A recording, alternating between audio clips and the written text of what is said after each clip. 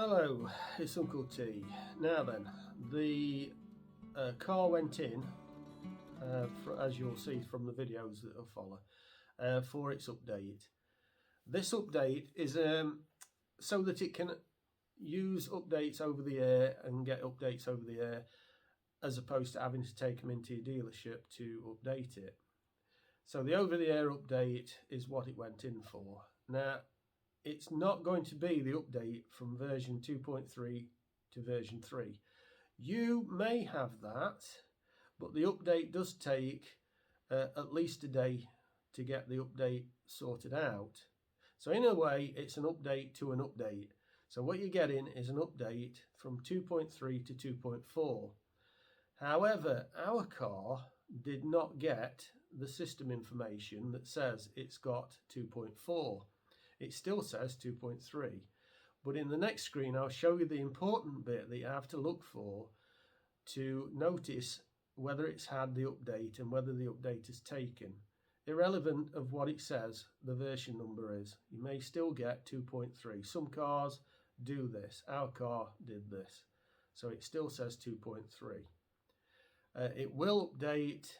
I've been told that it will update and it'll go up to a version 3.0.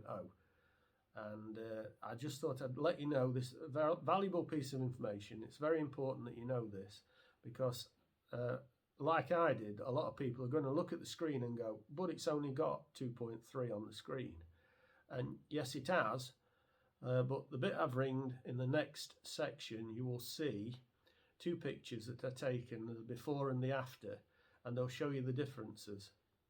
And with that, I'll pass you on to Uncle T for the rest of the video, which, by the way, was done before this video.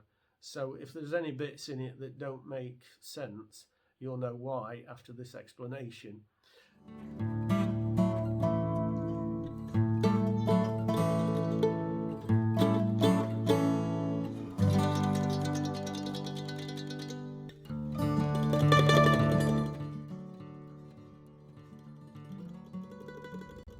Uncle T, today is the day for the update on the battery. 12-volt battery has to be replaced, and the system has to be updated. There's the 12-volt battery in its position on the ID3. Okay. This should have been done quite some time ago. It should have been done last year. It didn't get done because the dealer said they'd run out of batteries. So today is the day. As you can see, the software is 2.3.0, and there's the information. So we'll see what it is when it comes back. Unfortunately, we're going to end up having a car, courtesy car, which will no doubtedly be petrol or diesel. I'm not too impressed with that, but that's the dealership.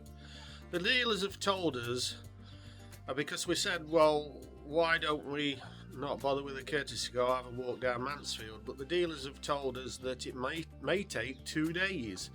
Well, anyway, that's up to them. We have had this situation before where we've had to leave it and it's only took a day, so maybe they're just erring on the side of caution, and maybe everything will work out all right in the end.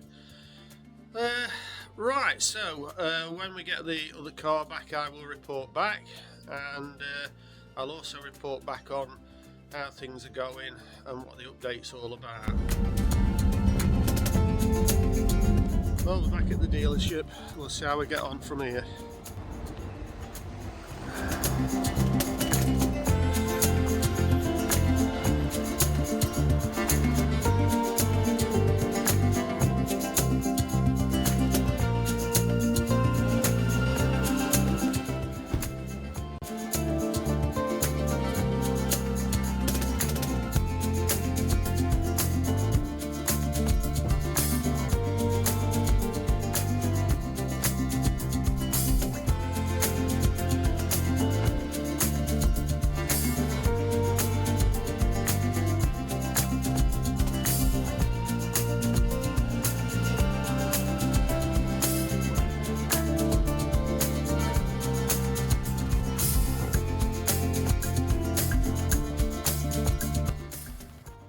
So what do we end up with?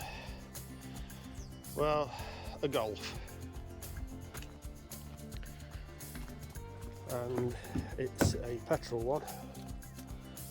I'm used to this. Used to automatically doors opening, etc. And here we are inside. It's got a nice dash layout and everything. Seems pretty much okay on that score. I'll just turn him on and see what we've got. I don't know whether you have to have the engine on or what. The door's still open. There we go. So that all seems okay. Oh yeah, well, it's a very similar idea, I must say. Very similar. Yeah, it's got all similar icons, etc. And the dash layout looks pretty okay. Right, the boot space is quite ample. That looks pretty good.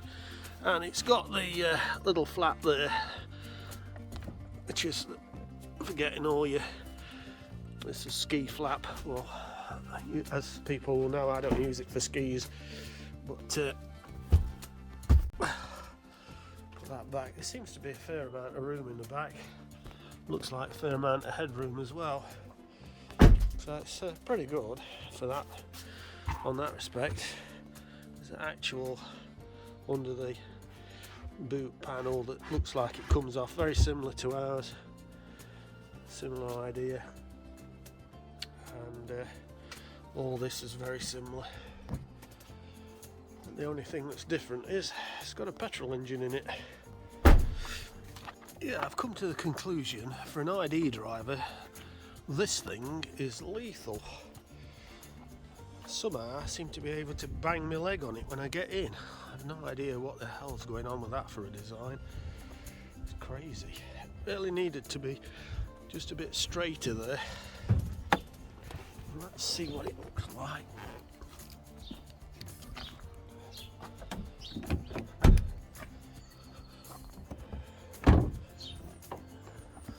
Where the catch is, there it is.